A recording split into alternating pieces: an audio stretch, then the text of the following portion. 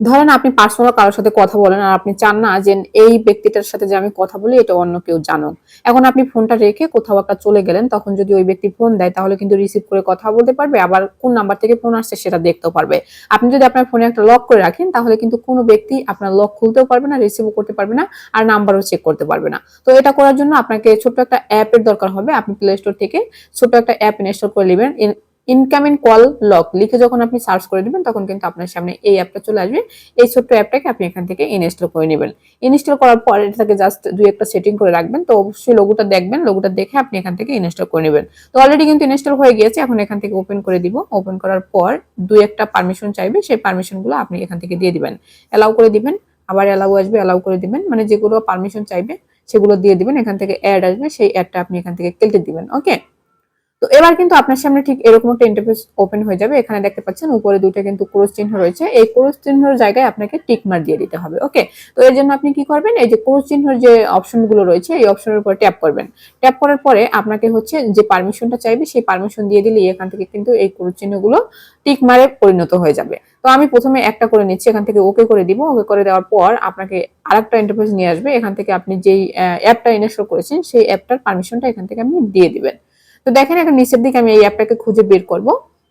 একটু নিচের দিকে আসলে এই অ্যাপটা হয়তো আমি খুঁজে পেয়ে যাব। এবার হচ্ছে এই অ্যাপটার এখান থেকে এনেবল করে দিতে হবে। এই যে এই অ্যাপটা এখান থেকে এনেবল করে দিব। জাস্ট এখান থেকে কাজ শেষ। ঠিক আছে, এবার এখান থেকে ব্যাক বাটনে ট্যাপ করে আপনি ব্যাগে চলে আসবেন। ব্যাগে চলে আসার পর দ্বিতীয় নাম্বারটা যে রয়েছে সেই দ্বিতীয় নাম্বারটাকেও কিন্তু আপনাকে এনেবল করে দিতে হবে।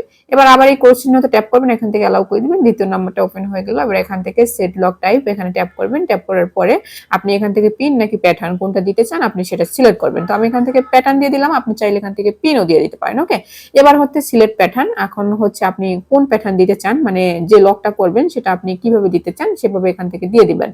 তো এখানে অবশ্যই দুবার দিতে হবে, একবার দিলে হবে না, প্রথমবার দিবেন। দেওয়ার পরে নেক্সট বাটনে ট্যাপ করবেন। ট্যাপ করার পরে আপনি আবার যেই লক দিছিলেন সেই লক আবার দ্বিতীয়বার দিয়ে দিবেন। দ্বিতীয়বার দেওয়ার পর আপনি এখানে কনফার্ম বাটনে ট্যাপ করে দিবেন। কনফার্ম বাটনে ট্যাপ করে দেওয়ার সাথে সাথে কিন্তু আপনার এই লকটা সেট হয়ে যাবে। ঠিক আছে, এরপরে হচ্ছে আপনি 4 নাম্বারে দেখতে পাচ্ছেন এনেবল লক, আর এখানে একটা খালি ঘর রয়েছে। এই খালি ঘরের উপর আপনি ট্যাপ করে দিবেন। ট্যাপ করে দেওয়ার পর এখান থেকে কিন্তু আপনার যতগুলো পারমিশন দেওয়ার কথা ছিল সেই পারমিশন গুলো কিন্তু দেওয়া হয়ে যাবে। তো হচ্ছে এখান থেকে আপনি টিক মারে ট্যাপ করে দিবেন। এবার কিন্তু আপনার সবগুলো পারমিশন দেওয়া শেষ। ঠিক আছে, এখন থেকে যদি আপনাকে কেউ কল করে তাহলে কিন্তু এই লক ছাড়া অন্য কোনো ব্যক্তি আপনার সেই কলটা রিসিভ করতে পারবে না। এই লকটা খোলার পরেই কিন্তু আপনার সেই কলটা রিসিভ করতে পারবে, তা না হলে কিন্তু পারবে না। এখন আপনার এই লক হয়তো কেউ জানে না কিভাবে সে খুলবে আর কিভাবে রিসিভ করবে। তো এভাবেই কিন্তু আপনি চাইলে আপনার ফোনে লক করে রাখতে পারেন, যাতে করে ফোন আসার পরে কোনো ব্যক্তি আপনার কল রিসিভ করতে না পারে। ঠিক আছে, তো এতটুকুই ছিল আজকের ভিডিও। আশা করি ভিডিওটা আপনাদের অনেক বেশি ভালো লেগেছে। যদি ভালো লেগে থাকে তাহলে অবশ্যই একটা শেয়ার করে দিবেন। দেখা হবে নেক্সট কোনো ভিডিওতে। সে পর্যন্ত সবাই ভালো থাকবেন। আজ এ পর্যন্তই। আল্লাহ হাফেজ।